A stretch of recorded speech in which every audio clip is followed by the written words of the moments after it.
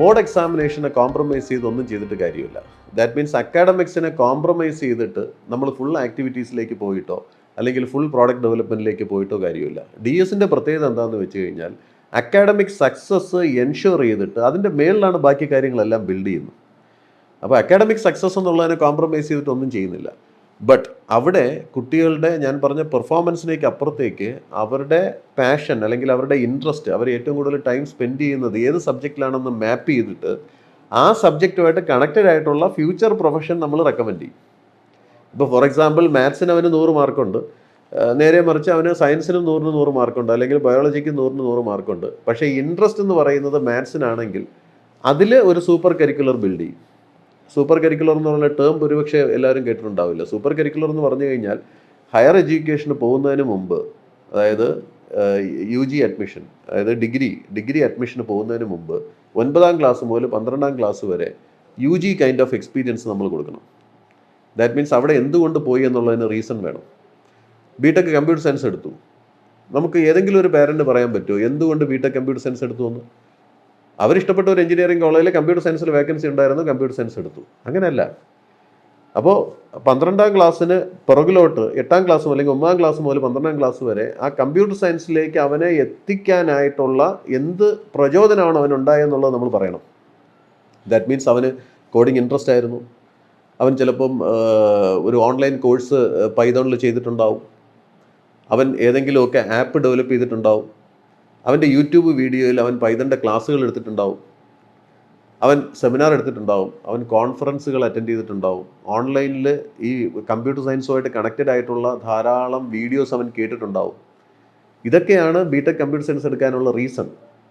ഇതെവിടെയാണ് applicable ആകുന്നതെന്ന് ചോദിച്ചു കഴിഞ്ഞാൽ, നമ്മൾ വേൾഡിലെ ടോപ്പ് ഇൻസ്റ്റിറ്റ്യൂഷൻസിൽ പോവുകയാണെങ്കിൽ, വേൾഡിലെ ടോപ്പ് ഇൻസ്റ്റിറ്റ്യൂഷൻ എന്ന് പറഞ്ഞാൽ MIT-ലോ ഹാർവാർഡിലോ സ്റ്റാൻഫോർഡിലോ അല്ലെങ്കിൽ കേംബ്രിഡ്ജിലോ ഓക്സ്ഫോർഡിലോ പോവുകയാണെങ്കിൽ അവിടെ ഇതെല്ലാം വളരെ ഇമ്പോർട്ടൻ്റ് ആണ്.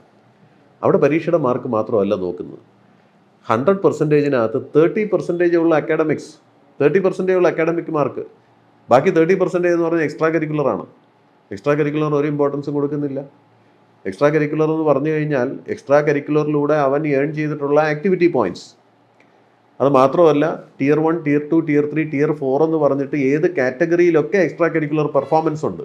അതായത് എക്സ്ട്രാ കരിക്കുലർ പഠിച്ചു എന്നുള്ളത് മാത്രമല്ല, എക്സ്ട്രാ കരിക്കുലറിൽ ഏതൊക്കെ ലെവലിൽ പെർഫോം ചെയ്തു, എത്ര ആക്ടിവിറ്റി പോയിന്റ് നേടി, ഇത് 3 ഇമ്പോർട്ടൻ്റ് ആണ്. ഇത് 3നും വാലിഡ് ആയിട്ടുള്ള ഒരു സർട്ടിഫിക്കറ്റ് ഉണ്ടെങ്കിൽ മാത്രമേ ഇത്തരത്തിലുള്ള യൂണിവേഴ്സിറ്റീസിലുള്ള ആപ്ലിക്കേഷൻ പ്രോസസ്സ് കംപ്ലീറ്റ് ചെയ്യാൻ പറ്റൂ. അതായത് അവർക്കൊരു 7-8 സ്റ്റെപ്സ് ഓഫ് ആപ്ലിക്കേഷൻ പ്രോസസ്സ് ഉണ്ട്. അതിൽ ഒന്നെന്ന് പറഞ്ഞാൽ എക്സ്ട്രാ കരിക്കുലർ ആക്ടിവിറ്റീസ് എൻ്റർ ചെയ്യണമെന്നുള്ളതാണ്.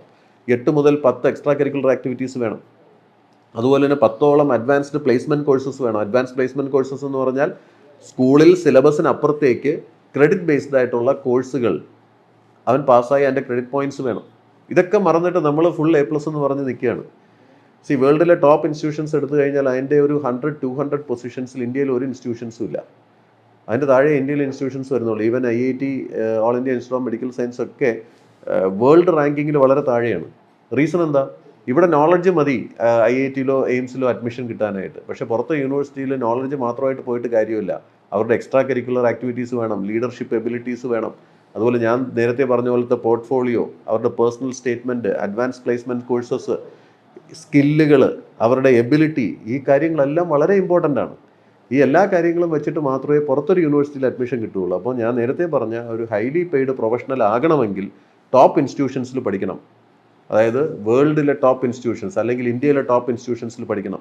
ഇന്ത്യയിലെ ടോപ്പ് ഇൻസ്റ്റിറ്റ്യൂഷൻസിൽ പഠിക്കണമെങ്കിൽ അതിനനുസരിച്ച് സിലബസിന് അപ്പുറത്തേക്കുള്ള ക്വാളിറ്റിയും സ്കില്ലും കുട്ടികൾക്ക് ഉണ്ടാവണം. അതുണ്ടാകണമെങ്കിൽ അതിന് വേണ്ടിയിട്ട് ഒരു കരിക്കുലം ഉണ്ടാവണം.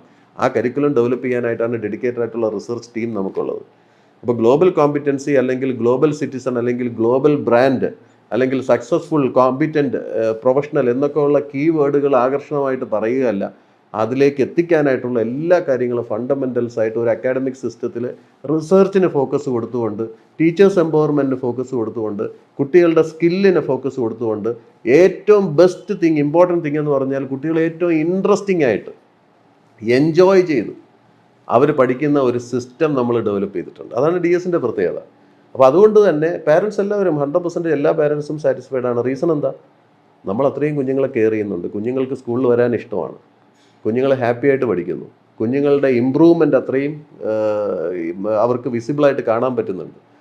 അപ്പോൾ നമുക്ക് ഇനിയുള്ള വർഷങ്ങളിൽ ഡെഫിനറ്റ്ലി നമ്മുടെ കുട്ടികളെ നാഷണൽ ലെവൽ, ഇൻ്റർനാഷണൽ ലെവലിൽ നമുക്ക് കൊണ്ടുപോകണം. ഞാൻ നേരത്തെ പറഞ്ഞ എക്സ്ട്രാ കരിക്കുലർ എന്ന് പറയുന്നത് തന്നെ കോച്ചിങ് മാത്രമല്ല, അതിൻ്റെ കോച്ചിങ് കഴിഞ്ഞ് കഴിഞ്ഞാൽ അവർ കോമ്പറ്റീഷൻസിന് പങ്കെടുക്കണം. കോമ്പറ്റീഷൻസ് എന്ന് പറഞ്ഞാൽ Tier 1, Tier 2, Tier 3, Tier 4. Tier 1 എന്ന് പറഞ്ഞാൽ നാഷണൽ ലെവൽ കോമ്പറ്റീഷൻസ്, Tier 2 എന്ന് പറഞ്ഞു കഴിഞ്ഞാൽ state level competitions, Tier 3 district level competitions, Tier 4 ഇൻ്റർ school level school based competitions. അപ്പോൾ അതിൽ നമ്മൾ ഇൻ്റർ സ്കൂൾ ലെവൽ കോമ്പറ്റീഷൻസ് ആണ് ഇപ്പം നമ്മൾ തുടങ്ങിയത്. കാര്യം നമ്മൾ തുടങ്ങിയിട്ട് ഇത് 3rd ഇയർ ആണ്, DS തുടങ്ങിയിട്ട് 3rd ഇയർ ആണ്. നമ്മുടെ ഫസ്റ്റ് ബാച്ച് കുട്ടികൾ ഇപ്പോൾ 3rd സ്റ്റാൻഡേർഡിൽ എത്തിയതേ ഉള്ളൂ.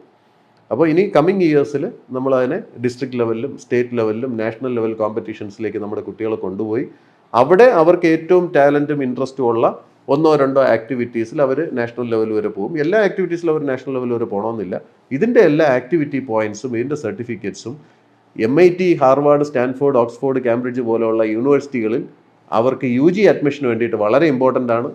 അത് മാത്രമല്ല, ഇനി മുന്നോട്ടുള്ള ഇതിൽ ഒരു പാഷൻ മാത്രം പോരാ, ഡൈവേഴ്സിഫൈഡ് പാഷൻസ് ഐഡൻറ്റിഫൈ ചെയ്യണമെന്നാണ് പറഞ്ഞിരിക്കുന്നത്. അതായത് നമ്മൾ ഒരു പാഷൻ്റെ പുറകിലല്ല പോകേണ്ടത്, പല പാഷനുകളും നമുക്ക് ഐഡൻറ്റിഫൈ ചെയ്യാനായിട്ട് പറ്റണം. അപ്പോൾ അത്തരത്തിലുള്ള പാഷനുകൾ ഐഡൻറ്റിഫൈ ചെയ്ത് അതിനെ കോർത്തിണക്കിക്കൊണ്ട് അത് വെച്ചിട്ട് ഏതൊക്കെ സബ്ജക്റ്റുകളിലാണ് അവരുടെ ഇൻട്രസ്റ്റ്, ഹാപ്പിനെസ്, അവരുടെ പെർഫോമൻസ്, ടാലൻറ്റ്, ഇതിനെ നമ്മൾ ഐഡൻറ്റിഫൈ ചെയ്ത് അതുമായിട്ട് കണക്റ്റഡ് ആയിട്ടുള്ള ഒരു ഹയർ എഡ്യൂക്കേഷനിലേക്ക് അവർ എത്തിക്കാനായിട്ട് സൂപ്പർ കരിക്കുലർ ബിൽഡ് ചെയ്യും.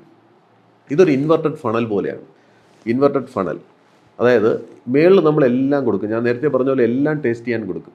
അതിൽ അവർക്ക് ഇഷ്ടപ്പെടുന്ന കാര്യങ്ങളുണ്ടാവും. ആ ഇഷ്ടപ്പെടുന്ന കാര്യങ്ങളിലേക്ക് നമ്മൾ പിന്നെ ട്രിം ഡൗൺ ചെയ്യും. ട്രിം ഡൗൺ ചെയ്ത് ഫൈനലി അവൻ്റെ ഇൻട്രസ്റ്റ് എന്ന് പറഞ്ഞാൽ മാത്സിലാണെന്ന് മനസ്സിലായി. പിന്നെ മാത്സുമായിട്ട് കണക്റ്റഡ് ആയിട്ടുള്ള സൂപ്പർ കരിക്കുലറാണ് പിന്നെ ബിൽഡ് ചെയ്യുന്നത്. അതാണ് ആ ഫണലിൻ്റെ ഇത് പറയുന്നത്. അപ്പോൾ അങ്ങനെയാണ് ഒരാളിൽ ഈ എക്സ്പെർട്ടീസ് കൊണ്ടുവരുന്നത്. അപ്പോൾ കമ്പ്യൂട്ടർ സയൻസ് കണ്ടു, അല്ലെങ്കിൽ ഡോക്ടർ ആകാനാണ് ആൾക്ക് ഇൻട്രസ്റ്റ്.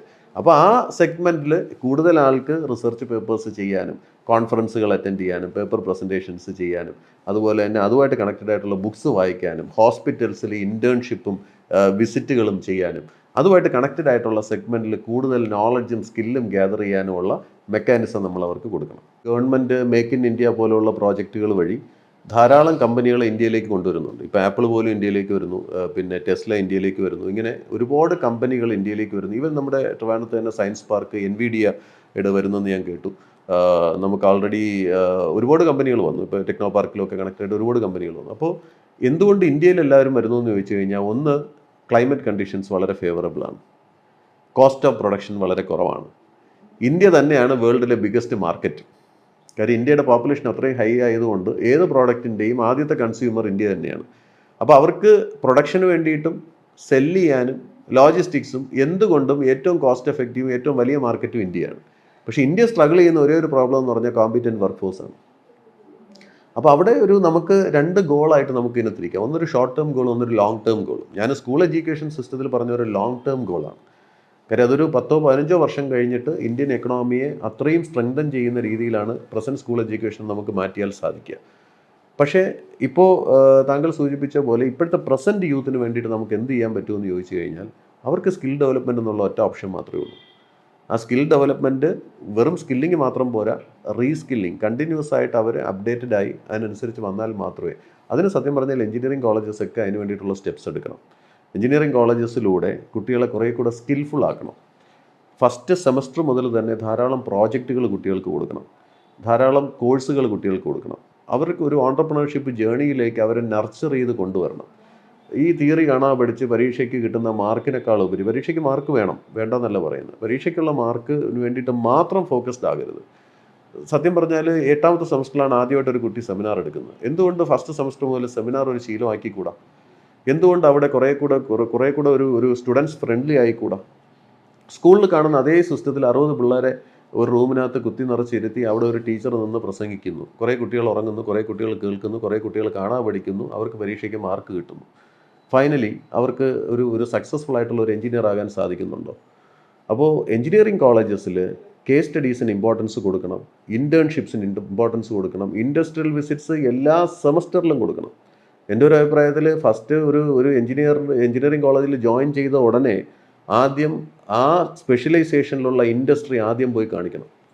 ഇപ്പോൾ കമ്പ്യൂട്ടർ സയൻസാണ് പഠിക്കുന്നതെങ്കിൽ ആദ്യം ടെക്നോ പാർക്കിൽ കൊണ്ടുവന്ന് അവിടെ ടെക്നോ പാർക്കിൽ ഓരോ പ്രൊഫഷണൽസ് വർക്ക് ചെയ്യുന്നത് എങ്ങനെയാണ്, അവരുടെ അറ്റയർ എന്താണ്, അവരുടെ പ്രൊഫഷണൽ അപ്രോച്ച് എന്താണ്, അവരുടെ സാലറി എന്താണ്, അവരുടെ ലൈഫ് സ്റ്റൈൽ എന്താണ്, ഇത് കാണുമ്പോഴത്തേക്ക് ഒരു ഡ്രീം ബിൽഡ് ചെയ്യും.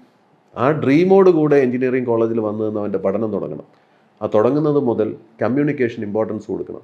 ഇംഗ്ലീഷ് സ്പീക്കിംഗ് കമ്പൽസറി ആക്കണം എഞ്ചിനീയറിംഗ് കോളേജുകളിൽ. കാര്യം കമ്മ്യൂണിക്കേഷനാണ് നമ്മുടെ എസ്പെഷ്യലി മലയാളികളെ ഒത്തിരി സ്ട്രഗിൾ ചെയ്യിക്കുന്നത്. അപ്പോൾ അവിടെ കമ്മ്യൂണിക്കേഷൻ ഇമ്പ്രൂവ് ചെയ്യാനായിട്ട് ഇംഗ്ലീഷ് സ്പീക്കിംഗ് കമ്പൽസറി ആക്കുക, സെമിനാറുകൾ കൊടുക്കുക, പേപ്പർ പ്രസൻറ്റേഷൻസ് കൊടുക്കുക, അതുപോലെ തന്നെ ടെക്നോളജി ട്രെയിനിങ് കണ്ടിന്യൂസ് ആയിട്ട് കൊടുക്കുക, പ്രോഡക്റ്റ് ഡെവലപ്മെൻറ്റും എക്സിബിഷൻസും കണ്ടിന്യൂസ് ആയിട്ട് കൊടുത്തുകൊണ്ടിരിക്കുക. അവിടെ ക്യാമ്പസൊക്കെ എന്ന് പറഞ്ഞു കഴിഞ്ഞാൽ ഈ 4 മണിക്ക് അടയ്ക്കുന്ന ഒരു സിസ്റ്റം നിർത്തണം. ക്യാമ്പസുകൾ രാത്രി 12 മണി വരെ ഓപ്പൺ ആയിരിക്കണം. അവിടെ ജെൻസിൻ്റെയും ലേഡീസിൻ്റെയും സെക്യൂരിറ്റി എൻഷുർ ചെയ്യാനായിട്ടുള്ള മെക്കാനിസം അവിടെ വേണം. മെയിൻ ടൈം അത് വേണ്ടെന്നല്ല പറയുന്നു. ബട്ട് ബാക്കി ടൈം 4 മണിക്ക് ക്ലാസ് കഴിഞ്ഞ് കഴിഞ്ഞാൽ ബാക്കി ടൈം എന്തിന് സ്പെൻഡ് ചെയ്യണം? അവിടുത്തെ വർക്ക്ഷോപ്പുകളിൽ സ്പെൻഡ് ചെയ്യണം, അവിടുത്തെ ലബോറട്ടറീസിൽ സ്പെൻഡ് ചെയ്യണം, അവിടുത്തെ റിസർച്ച് ലാബുകളിൽ സ്പെൻഡ് ചെയ്യണം. അവർ പ്രോഡക്റ്റ് ഡെവലപ്മെൻറ്റിൽ എൻഗേജ്ഡ് ആകണം, ഗ്രൂപ്പ് ഡിസ്കഷൻസിൽ എൻഗേജ്ഡ് ആകണം, ടീമായിട്ട് ഗ്രൂപ്പ് സ്റ്റഡീസിൽ എൻഗേജ്ഡ് ആകണം. അതിനുള്ള ഒരു ഫ്ലെക്സിബിലിറ്റിയും ഫ്രീഡവും കൊടുക്കണം. അതിന് വേണ്ടിയിട്ടുള്ള different types of learning corners develop ചെയ്യണം. അപ്പോൾ ഇമ്മീഡിയറ്റ്ലി നമുക്ക് ചെയ്യാൻ പറ്റുന്നത് ടെക്നിക്കൽ കോഴ്സസ് പ്രൊവൈഡ് ചെയ്യുന്ന ഇൻസ്റ്റിറ്റ്യൂഷൻസ്, അതായത് ഡിപ്ലോമ കോളേജസ്, എഞ്ചിനീയറിംഗ് കോളേജസ് പോലെയുള്ള ടെക്നിക്കൽ ഇൻസ്റ്റിറ്റ്യൂഷൻസിൻ്റെ അക്കാഡമിക് ലേണിംഗ് ആംബിയൻസിനെ ഒന്ന് മാറ്റിക്കൊണ്ട് സെമിനാറുകൾക്കും പ്രോജക്റ്റുകൾക്കും പ്രോഡക്റ്റ് ഡെവലപ്മെൻറ്റിനും കേസ് സ്റ്റഡീസിനും ഇൻറ്റേൺഷിപ്സിനും ഇൻഡസ്ട്രിയൽ വിസിറ്റ്സിനും കൂടുതൽ ഇമ്പോർട്ടൻസ് കൊടുത്ത് കുറച്ചുകൂടെ പ്രാക്ടിക്കലായിട്ട് കുട്ടികളെ പഠിപ്പിച്ചു കഴിഞ്ഞാൽ ഇമ്മീഡിയറ്റ് ആയിട്ടൊരു സൊല്യൂഷൻ നമുക്ക് ഇതിനകത്ത് കാണാൻ പറ്റും. പിന്നെ കുട്ടികൾക്കൊരു മൈൻഡ് സെറ്റ് ഉണ്ട്, നമ്മുടെ നാട്ടിൽ നിന്ന് മാറി നിൽക്കുക എന്നുള്ളൊരു, അത് എക്സ്പ്ലോർ ചെയ്യുക, എക്സ്പീരിയൻസ് ചെയ്യുക എന്നുള്ളൊരു മൈൻഡ് സെറ്റ് ഉണ്ട്. അതിന് വേണ്ടിയിട്ട് പോകുന്നവരും ഉണ്ട്.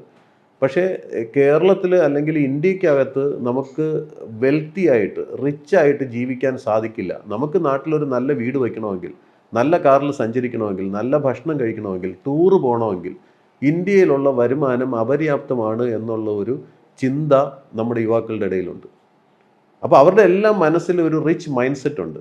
എനിക്കും വെൽത്തിയായിട്ട് ജീവിക്കണം, എനിക്ക് നല്ല കാറിൽ സഞ്ചരിക്കണം എന്നുള്ള മൈൻഡ് സെറ്റ് ഉണ്ട്. പക്ഷേ അതിന് ഇവിടുത്തെ സാലറീസ് അപര്യാപ്തമാണ്. പക്ഷെ അവിടെ ഇവിടുത്തെ സാലറിയുടെ പ്രശ്നമോ ഇവിടുത്തെ ജോബിൻ്റെ പ്രശ്നമോ അല്ല, അവർക്ക് അത്തരത്തിലുള്ള ജോബിലേക്ക് എത്താൻ പറ്റുന്ന സ്കില്ലില്ല എന്നുള്ളതാണ് പ്രശ്നം. ഹൈ ഇൻകം സ്കില്ലുണ്ടെങ്കിൽ ഇവിടെ ട്രിവാൻഡ്രത്ത് തന്നെ 4 ലക്ഷം 5 ലക്ഷം രൂപ സാലറി വാങ്ങിക്കുന്ന ആൾക്കാരുണ്ട്. അതുകൊണ്ട് ഇവിടെ സാലറി കുറവായത് കൊണ്ട് എന്നുള്ളതല്ല, അവിടെയും അവരെ സ്കിൽഫുൾ ആക്കിയില്ല, കോമ്പിറ്റൻ്റ് ആക്കിയില്ല എന്നുള്ളതാണ് പ്രശ്നം. പിന്നെ അവർക്ക് ഫങ്ഷൻ ചെയ്യാനായിട്ട് കൂടുതലൊരു ഓൺട്രപ്രണറിയൽ കൾച്ചറും കുറേ കൂടുതൽ കമ്പനീസ് ഇന്ത്യയിലേക്കും കേരളത്തിലേക്കും ഇനിയും വരാനുണ്ട്. ഓക്കെ, ടെക്നോളജി ജൈൻസ് ഒക്കെ ഒരുപാട് ഇന്ത്യയിലേക്കും കേരളത്തിലേക്കും വരാനുണ്ട്. കാര്യം അതൊക്കെ ഇനി വരുന്ന ഒരു 3-4 ഇയേഴ്സിനകത്ത് ഡെഫിനറ്റ്ലി വരും. റീസൺ എന്താണെന്ന് ചോദിച്ചാൽ ഇന്ത്യയിലെ ഡെമോഗ്രാഫിക് ട്രെൻഡ്സ് അങ്ങനെയാണ്. ഏറ്റവും യൂത്ത്ഫുള്ളി പോപ്പുലേറ്റഡ് കൺട്രിയാണ്. മോറോവർ ഈ പറഞ്ഞ പോലെ ഇവിടുത്തെ പോപ്പുലേഷൻ വളരെ ഹൈ ആണ്. ഇവിടുത്തെ പ്രൊഡക്ഷൻ കോസ്റ്റ് വളരെ ലോ ആണ്. ഈ കോമ്പിറ്റൻ്റ് വർക്ക് ഫോഴ്സിനെ കൂടെ കിട്ടിക്കഴിഞ്ഞാൽ ധാരാളം കമ്പനികൾ ഇന്ത്യയിലേക്ക് വരും.